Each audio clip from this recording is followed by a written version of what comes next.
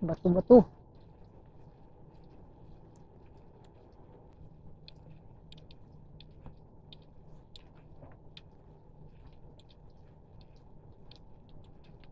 Dulot-dulo. 5.6. Isang ikot.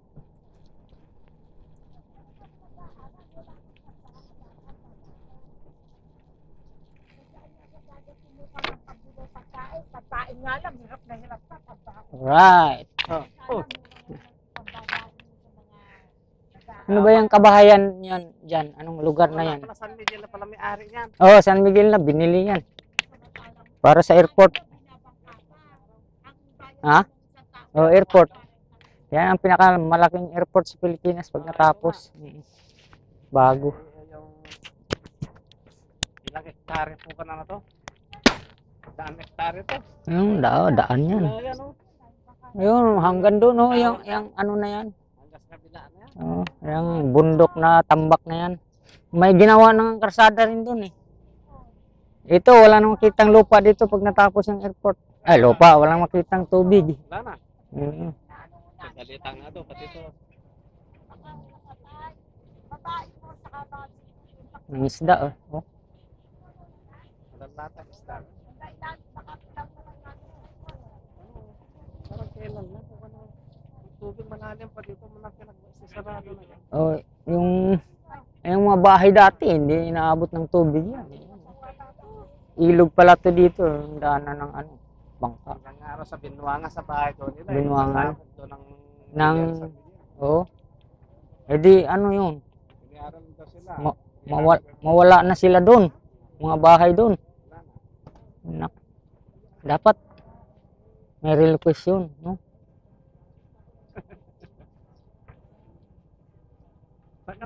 Saan ka nag-ikot-ikot nga kanina? Dito lang. Oh, Kanina wala. pa ako rito, alas 6. Wala. Umulan eh. Wala Ay. si June. Ay. Dalawa lang. Uy. Wala si ano eh. Masag. Yun eh. Oh, wala. Hindi nagtinda. Umuulan kasi kanina. Apat babae nito. 2 kilo po, sir. 2 kilo. Dalawa. Tatlo. Apat. May mali. Anong mali? Ano yan? Alimasag? Alimango. Halo.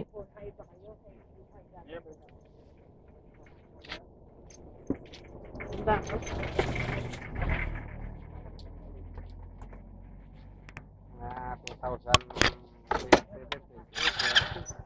Oh, mga 30. Operasyon na siguro yan. 2030. Ayan o, ano? Bako.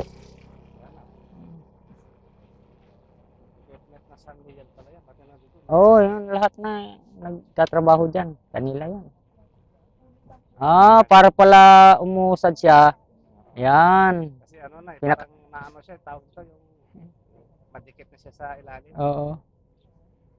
Kaya hilain ang katawan niya. Oh, hinihila ng katawan. Kasi wala naman siya makina eh. Wala.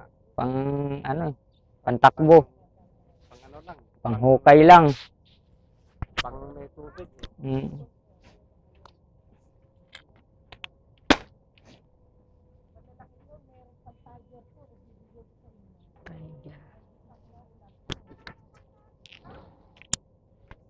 Malulubot na pala yung ano ko. Ang laki nito.